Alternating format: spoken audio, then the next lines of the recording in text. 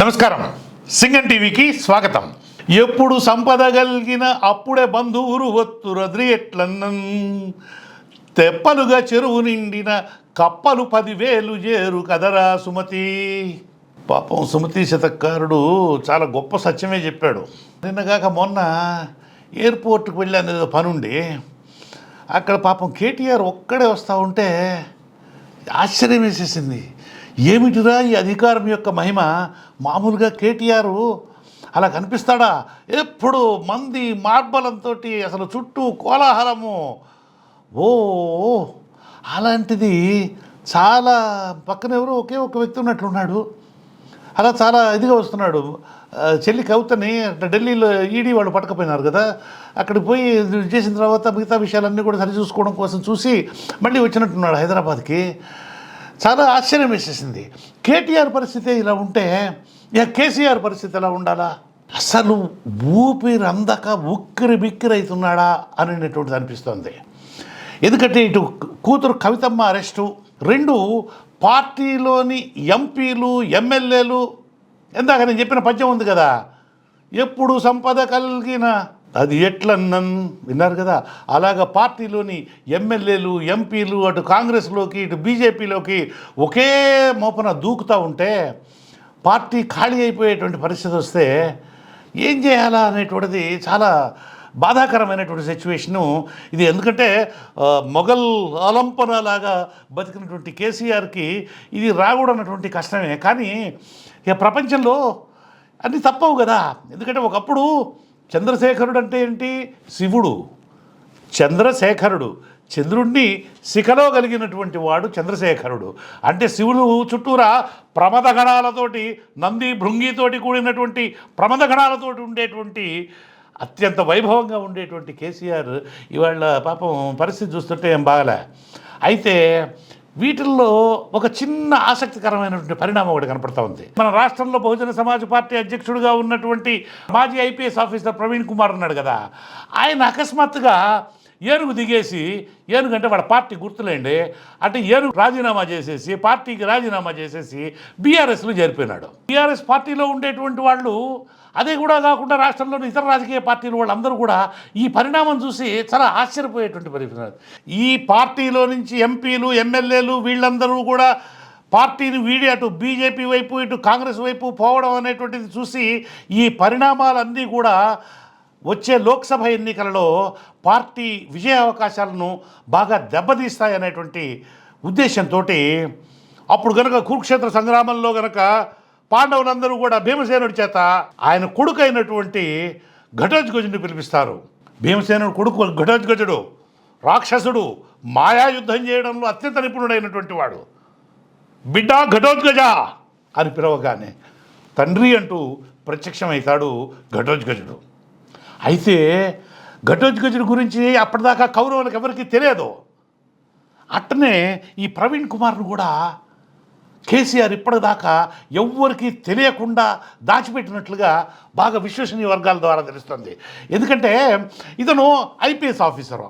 2011లోనే ఈయన చాలా కాలం పడుతుంది, అంటే 10 ఏళ్లకు పైగా నాన్ ఐపీఎస్ సర్వీస్లో ఉన్నాడనేటువంటి ఉద్దేశంతో ఇతన్ని తక్షణమే పోలీస్ సర్వీస్కు బదిలీ చేయాలని చెప్పి సెంట్రల్ గవర్నమెంట్ ఒక ఆదేశం ఇచ్చింది. దాదాపు 10 సంవత్సరాలకు పైగా ఈయన సాంఘిక సంక్షేమం గిరిజన సంక్షేమానికి సంబంధించినటువంటి గురుకులాల విభాగం ఏదైతే ఉంటుందో దానికి కార్యదర్శిగా పనిచేస్తూ ఉన్నాడు ఈ ప్రవీణ్ కుమార్. 6 ఏళ్ల సర్వీస్ ఉండగానే వాలంటరీ రిటైర్మెంట్ తీసుకుని, అంటే స్వచ్ఛందంగా ఐపీఎస్ పదవికి రాజీనామా చేసి బీఎస్పీలో చేరాడు. బహుజన సమాజ్ పార్టీలో చేరి అక్కడ మాయావతి నుంచి పర్మిషన్ తీసుకొని ఇక్కడ మన రాష్ట్రంలో చాలా కాకబుట్టించాడు. అంటే రకరకాలైనటువంటి కార్యక్రమాలని, రకరకాలైనటువంటి ప్రచారాలని వీటన్నిటినీ చేసి ఎంతో కొంత గుర్తింపు తీసుకొచ్చుకున్నాడు. అదేవిధంగా ఇతను కనుక ఐపీఎస్ విధుల్లో కనుక జాయిన్ కాకపోయేట్లయితే ఇతని మీద యాక్షన్ తీసుకుంటాము అనేటువంటి మాటలు కూడా వినిపించాయి అప్పట్లో. ఇదిలా ఉండగా అసలు ఈ ప్రవీణ్ కుమార్ని అప్పట్లో హుజూరాబాద్ ఎన్నికలు ఉప ఎన్నికలు జరిగాయి కదా, ఆ హుజూరాబాద్ ఉప ఎన్నికల సందర్భంగానే బయటికి తీసుకొని వచ్చేసి, ఎందుకంటే బీఆర్ఎస్లో మన కేసీఆర్ పెట్టించాడు, అప్పుడే బయటికి తీసుకొని వచ్చి హుజూరాబాద్లో టీఆర్ఎస్ క్యాండిడేట్గా పెడదామా అని చెప్పి కూడా యోచన చేశాడు. కానీ అప్పుడు ఎందుకులే అనేటువంటిది కొంచెం తాత్సారం చేసి, ఎందుకంటే ఈ బ్రహ్మాస్త్రాన్ని తర్వాత వ్యూహాత్మకంగా వాడదాం అనేటువంటి ఉద్దేశంతో కేసీఆర్ అప్పుడు ఇచ్చారా. ఎందుకంటే హుజూరాబాద్లోనే మీకు అందరికీ గుర్తుండడం ఉంటే హుజూరాబాద్లోనే ఈ దళిత బంధు అనేటువంటి పథకాన్ని దళితులైనటువంటి వాళ్ళకి కొన్ని లక్షల రూపాయలు, దాదాపుగా 10 లక్షల రూపాయల సొమ్ముని కేటాయించేటందుకు గాను, మంజూరు చేసేటందుకు గాను ఒక గొప్ప పథకాన్ని, దళిత బంధు అనేటువంటి పథకాన్ని కేసీఆర్ అప్పట్లో అనౌన్స్ చేస్తున్నాడు హుజూరాబాద్లోనే. ఈ పథకం అమలుని ప్రవీణ్ కుమార్కి అప్పగించాలని కూడా అప్పట్లో కేసీఆర్ యోచన చేశాడు. అదే కూడా కాకుండా ఈ ప్రవీణ్ కుమార్ అప్పట్లో కొంత యాంటీ హిందూ, అంటే హిందూ వ్యతిరేక వాగ్దానం, ప్రమాణం అంతా కూడా చేసినటువంటి సందర్భం కూడా ఉంది. ఇవన్నీ ఏతావాత వీటన్నిటి రీత్యా, అంటే ఒక్క మాటలో చెప్పాలంటే ప్రవీణ్ కుమార్ సెంట్రల్ సర్వీసెస్కి, అంటే ఐపీఎస్ సర్వీసెస్కు రాజీనామా చేయడము, బహుజన సమాజ్ పార్టీలో చేరడము, ఎన్నికలలో విస్తృతంగా ప్రచారం చేయడము, ఆ తర్వాత ఈ రోజున బయటకు వచ్చి టీఆర్ఎస్లో చేరడం లేదా బీఆర్ఎస్లో చేరడం అనేటువంటిది మొత్తం కూడా కేసీఆర్ ప్లానింగే. కేసీఆర్ దగ్గర ఇట్లాంటి రహస్య అస్త్రాలు, ఎందుకంటే ఎవ్వరికీ తెలియకుండా దాచిపెట్టినటువంటి రహస్యమైనటువంటి అస్త్రాలు చాలా ఉండేటువంటి అవకాశం ఉంది. పోయిన అసెంబ్లీ ఎన్నికల్లో తమాషగా కాంగ్రెస్ పార్టీ బీఆర్ఎస్ నాయకులతో సమానంగా బీఎస్పీ ప్రవీణ్ కుమార్ కూడా హెలికాప్టర్లను అడ్డగోలుగా వాడి పడేశాడు. అరే ఈయనకి ఇన్ని పైసలు ఎక్కడి నుంచి వచ్చినాయి అనేటువంటి వాదం కూడా అప్పట్లో బాగా వినిపించింది. దాంతో కొంత రాజకీయ దుమారం కూడా లేగిందని అనమాట.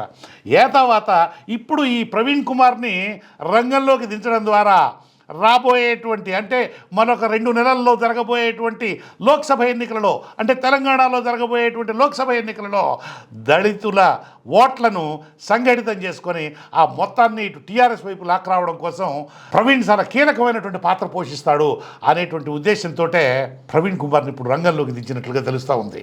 సో ఈ ప్రవీణ్ కుమార్ రాక అనేటువంటిది టీఆర్ఎస్ పార్టీకి ఏ విధంగా మేలు చేయబోతోంది అనేటువంటిది మరో 2 నెలల్లో ఆ విషయం బయటపడిపోతుంది. ఈ వీడియో కనుక మీకు నచ్చేట్లయితే దీన్ని లైక్ చేయండి, షేర్ చేయండి, కామెంట్ చేయండి. అదేవిధంగా సింగం టీవీలో సబ్స్క్రైబర్స్గా చేరండి. సబ్స్క్రైబర్స్గా చేరడానికి ఏం పైసలు కట్టాల్సినటువంటి అవసరం ఏం లేదు. అక్కడ సబ్స్క్రైబ్ అనేటువంటి బటన్ ఉంటుంది. ఆ బటన్ నొక్కి దాని పక్కనే ఉన్నటువంటి గంట గుర్తును కొడితే మేము కొత్త వీడియోస్ వేసినప్పుడల్లా మీకు నోటిఫికేషన్, అంటే మీకు ఇన్ఫర్మేషన్ అందుతుంది. నమస్కారం, థ్యాంక్ యూ.